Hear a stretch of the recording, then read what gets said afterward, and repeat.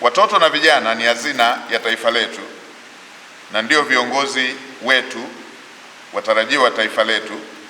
Hivyo, malezi bora ya watoto na vijana ni msingi muhimu wa kujenga jamii yenye maadili, amani na maendeleo endelevu.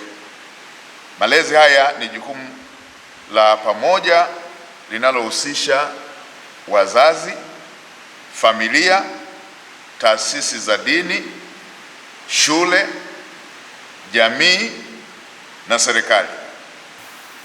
Ninatoa wito kwa wazazi na walezi kuendelea kushirikiana kwa karibu na taasisi za elimu na dini katika kuimarisha malezi ya watoto na vijana na kuwajengea misingi imara ya maadili na kuwaongoza kutumia vyema fursa ya elimu, teknolojia na utandawazi kwa maendeleo yao na ya taifa kwa ujumla.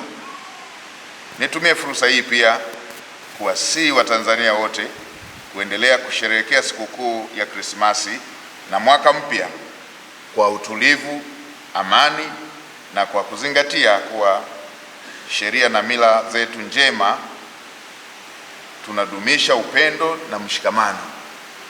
Kwa kama ulivyosisitiza leo, hiyo ndio siri kubwa ya Watanzania wote, kupendana.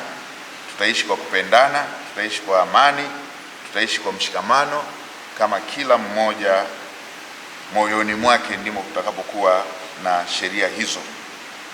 Kwa mara nyingine ninaendelea kuungana na Daktari Samia Suluhu Hassan, Rais wa Jamhuri ya Muungano wa Tanzania, kuwatakia Wakristo wenzangu wote na Watanzania wote kwa ujumla heri ya sikukuu ya Krismasi, na tusherehekee kwa amani, upendo, utulivu, huku tukidumisha mshikamano wa kitaifa kwa maslahi ya taifa letu.